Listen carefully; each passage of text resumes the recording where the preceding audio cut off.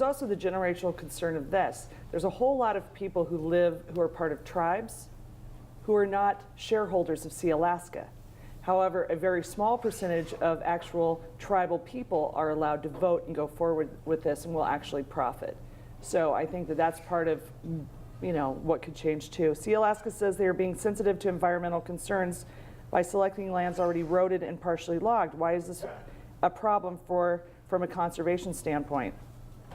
Well, I'll address part of that. They are selecting some lands that have been roaded and logged, looking at the second growth harvest potential. And to some extent, that's fine. Some of the other lands, however, have very high value. And an analysis that was recently done suggests that the large tree old growth values in the lands that Sea Alaska has selected for this bill are 10 times the value of the Tongass white averages and roughly 10 times the value of the lands that are currently available for them to select from. So when you think of the past targeted logging and those numbers, it raises some flags for us. And clearly, Sea Alaska has a fiduciary responsibility to its shareholders, and so you can't really be too surprised or shocked that they are seeking to maximize their Right, and you can't expect them to have this like great vision of the 7th generation that people who are the tribal chiefs may say, but if you're a CEO of a corporation, it has nothing to do with being native. It has to do with a profit margin. That's what corporations do.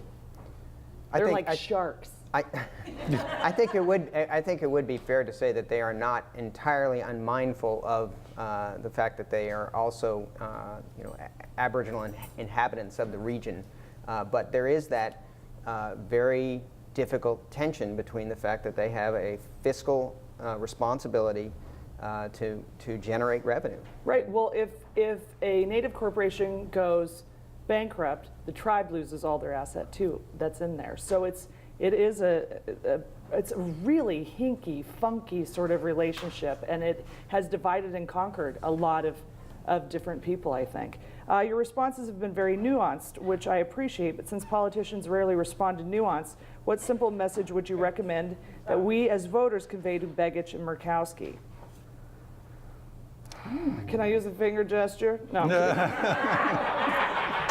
I'm kidding. It would be this, peace. No. No, I think that fundamentally what the conservation organizations that we're working with have asked is that this proposal not be just given a unilateral green light, and that the broader public interest in protecting the fisheries and other kinds of values needs to be worked into this proposal. And so there should be some conservation elements in addition to... You're so nuanced. Fix the bill. Don't just send it through the way it is. There are some other considerations that need to be... Right. Don't bail out Sea Alaska. If you're going to do something for them, it's got to be balanced with all the other interests and concerns and uses of the Tongass. Right. We don't like bailouts, remember? When the second growth comes back so thickly, can it be thinned so a better quality of forest results?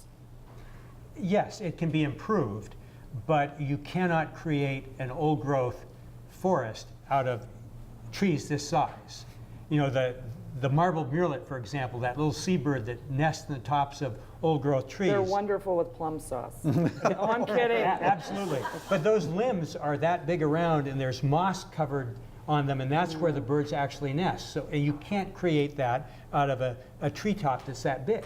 So you cannot create an old growth forest out of second growth, but you can make second growth better for deer. Oh, for deer, good, save the deer. They are good with plum sauce. How much of the Tongass is above tree line? How much has been logged? How much is left? Which native corporations are involved? That would be Sea Alaska. How much of the Tongass is above tree line? There are also village corporations from the various native villages in Tongass that also did intensive logging. Sea Alaska logged, I think, roughly about half of what the native acreage that have been logged, and the village corporation is about the other half. Perhaps. I don't know what those figures are off the top of my head. Yeah. I have testified for no roads in the Tongass. Where did the roads come from? Logging trees, logging companies, right? Well, actually, most of them came from the federal government in terms of who's paying for them. Oh, secession now. Well, we turned what we did was as taxpayers, we subsidized the logging by saying, you can have the trees if you build the roads. The trees pay for the roads. So we turned old growth trees into roads through clear cuts. Nice. That's awesome. That's like when you turn like the perfect steak into hamburger. What were you thinking? Why not give Sealaska the glaciers? Yeah, why not give them some glaciers? I mean, there's a lot of glaciers down there, and they're becoming rare. You know, maybe the Hollywood elites would buy chunks of it for their parties. I'm just asking. There's a legal case over the top predators, wolves and the goshawks. What do you think of this? That wolf is a funky-looking, cool wolf. I like it. What is it? The Alexander Archipelago wolf. Yeah, that one. Yeah. It's kind of boxy and curious. So there is a case that this could become part of the Endangered Species Act. The wolf and the goshawk have been petitioned for listing. The Fish and Wildlife Service found that that listing wasn't warranted because the Tongass Land Management Plan protected enough patches of old growth. If the Sealaska bill goes through, the Tongass Land Management Plan will change. So there is some question of whether or not some species, like the wolf or the goshawk or the Prince of Wales flying squirrel, some of these subspecies could be vulnerable. So that's an issue that remains to be answered. You want me on the side of a flying rodent? Okay, just this once. Can the cruise ship industry be persuaded to influence Congress to vote down this bill? They should be interested in preserving the land in Southeast, and they have some bucks. Yes, they do. They have $22 million that Sean Parnell just gave them back, with no promises. Why have we talked to the cruise ship industries? I mean, they don't live here, but they've got to be interested in preserving some of this land. Well, I don't know. I haven't been involved in any discussions along those lines. It's interesting to me to ponder the way the Inside Passage is marketed to passengers from around the world. You never hear, when you think about cruising Southeast Alaska, you think the Inside Passage, you're going through the Tongass National Forest. But it's not marketed that way, and I wonder if it's because management of the Tongass has been controversial, and the cruise ship companies are trying to steer away from that. And like, right, because we don't not want people to know about this. Yeah. You know, with that whole like, whoosh, here's your trees back in toilet paper, right into the water. Thank you. I can see the Tongass from my house. Sarah Palin's out there somewhere. Sarah's here. Yeah, your bumpet's on too tight. Should Senator Al Kukesh be impeached over his strong-arm conflict of interest threats? He is on Sealaska's board. Oh, well, okay, all right, we're going to just have an awkward silence. Yeah, no,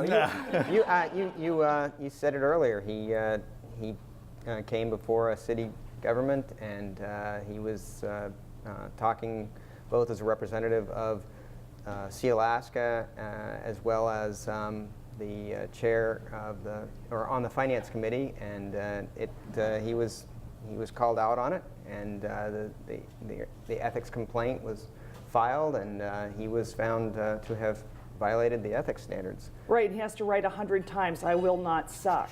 It's ridiculous. There's no penalty on him. He has to write a letter, a heartfelt Hallmark kind of letter that's just crap. Anyway. Well, and he's gone around since he did his letter saying, it really wasn't that bad. And, right. I did what I had to do it's like to when keep you him say, happy. "I'm sorry I hit you, but you don't know when to shut up." You said that, I didn't. I'm calling that an apology. That's my point, is it's not an apology. Where can people go to find out more about this? We got 30 seconds left. Is there a website? I know that we'll put a link up on More Up North. Sure, Audobon, Alaska. If you just Google Audubon, Alaska, you'll get there. There's lots of resources, information about the conservation assessment, the watershed project I mentioned. Also, there's a video and just lots of links. So check it out, Audubon, Alaska. Excellent. Thank you guys so much. And we'll be back next week, so go hug a tree. Ask